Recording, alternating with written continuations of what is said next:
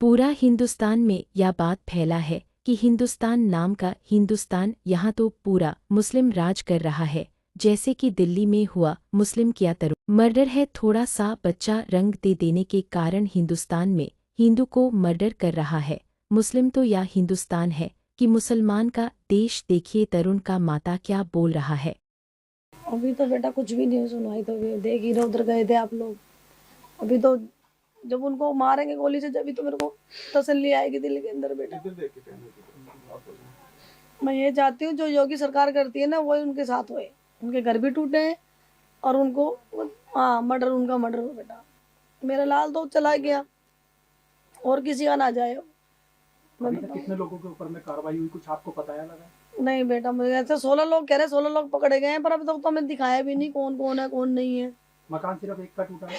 वो टूटा क्या, वो तो सिर्फ जड़ा ही है बेटा, कुछ नहीं टूटा। वो तो बस रेलिंग ही तोड़ी उन्होंने, तो बस एक जरा सी पानी, बस पानी के छींटे गिरने में उसने इतना खत्म कर दिया, इतना वो कर दिया, मेरे बच्चा तक भी खत्म कर दिया उन्होंने। तो इसकी पूरी रियल क्या था, इसका जो शुरुआती जो दौर था? तो शुरुआत ये थी बेटा, वो जो भतीजी थी 7 साल की मेरी, वो दूसरी मंजिल पे खड़ी हुई थी और मैं नीचे जस्ट अपने घर के नीचे ही खड़ी हुई थी। तो उसके पाँव, उसके हाथ, वो खेल रही होगी बच्ची, थोड़ी 7 साल के बच्चे को क्या पता होता है रंग बंग क्या होता है।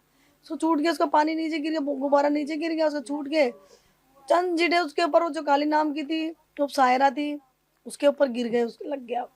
तो सायरा है ना बेटा उसका नाम, सायरा, हाँ खान, सायरा खान, काली भी बोलते उसको, सायरा भी बोलते हैं।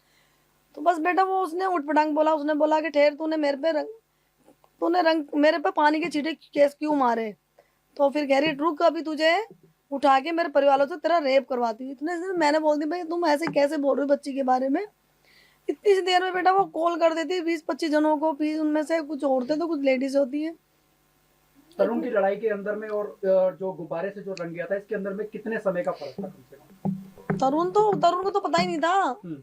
ये पूरा मामला रात को हुआ? हाँ, रात को हुआ, 10:30 बजे की बात थी। वो अपने बंदों को बुला लेती है, फिर वो घुस के मेरे को, जो उनकी लेडी से थी, जो उसका नाम एक शरीफन, एक सलीमा है, उसने मेरे को रोड मारी है इधर। उन लेडीज आपके ऊपर में भी रोड वगैरह? हाँ रोड मारी है। फिर बोल सलमा, हाँ। अच्छा, उन लड़कों में से किसी ने ये भी कहा कि ब्लाउज वगैरह भी फाड़े गए हैं, इस तरीके का भी कुछ केस निकल करके आ रहा है? उन्होंने फाड़े गए थे मेरे, फाड़ पीट के, क्योंकि लड़के घुस गए थे सारे अंदर घर के अंदर। अब हमारा आदमी तो अपने तो उसके लिए तो देंगे, तो इतने समय में उन्होंने धक्का मुक्की कर दी और मेरे देवर को मारा और मेरे हस्बैंड को मारा और मेरे लड़के को मारा, और मेरे देवर के लड़के उसको मारा। फिर बोलती है खटिकों का आज काम तमाम करेंगे, उनको उठा के लाओ वहां से। आप खटीक में आते हैं? हाँ जी, हाँ जी, हाँ। लेकिन इसके अंदर में कहा जा रहा है कि दलित का कोई भी नेता आपके पास में नहीं आया? कोई भी नहीं आया अभी तक। क्या कहना चाहोगे ऐसे लोगों को, जो लोग लगातार दलितों के लिए आवाज उठाते हैं लेकिन आप तक नहीं पहुंच पाए? मैं तो ये चाहती हूँ भाई मेरे बेटे को इंसाफ मिले। और जो योगी सरकार करती तो रेखा गुप्ता क्यों नहीं कर सकती? अब पता चला हिंदुस्तान में हिंदू राज करता है कि मुस्लिम। देखिए तरुण का पिता क्या बोला। बंजर था वो, अभी तक मेरी आंखों में आता है। ऐसा लगता है कि वो नहीं, पहले मुझे मर जाना चाहिए था, क्योंकि मैं अपने बच्चे की ऐसी हत्या देखना नहीं चाहता था जैसी उन्होंने की है जी। बहुत मोटे सिल्ली थे, सिल्ली भी मारी उसके छाती पे और बेरहमी से मारा जी, डंडे पाए भोग के, सिर में बेट मारे उन्होंने।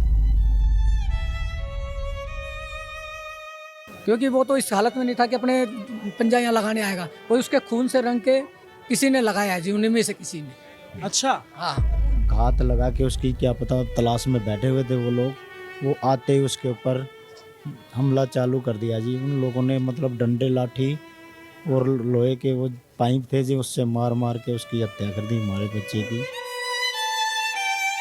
इधर लोगों को डरा के रखना चाहते हैं। हमारे बच्चे सॉलिड थे, वो थे, तो हमारे को डरा नहीं पाते थे, हम उनसे डरते नहीं थे, तो बस इसलिए हमें टारगेट करा गया जी इन्हें। लोगों की दहशत बना रखे हैं सर यहाँ पे, और वो ऐसे कहते हैं कि तुम्हें एक एक को करके सबको भगाएंगे। यही छूट के आ गए या इन पे ढंग से कार्रवाई नहीं हुई तो इनके हौसले और ज़्यादा बुलंद हो जाएंगे। तो वो छूट के बाहर आ गए तो इन्हीं गलियों में रहेंगे, इन्हीं मोहल्लों में रहेंगे और इनकी आंखों के सामने से गुजरेंगे, तो न सिर्फ इनके मन की भावनाओं को कुचलेंगे, बल्कि देश के कानून और देश का जो संविधान है उसमें जो लोग भरोसा करते हैं उस पर लात रखते हुए आगे बढ़ेंगे, क्योंकि इन्होंने एक टेरर झेला है।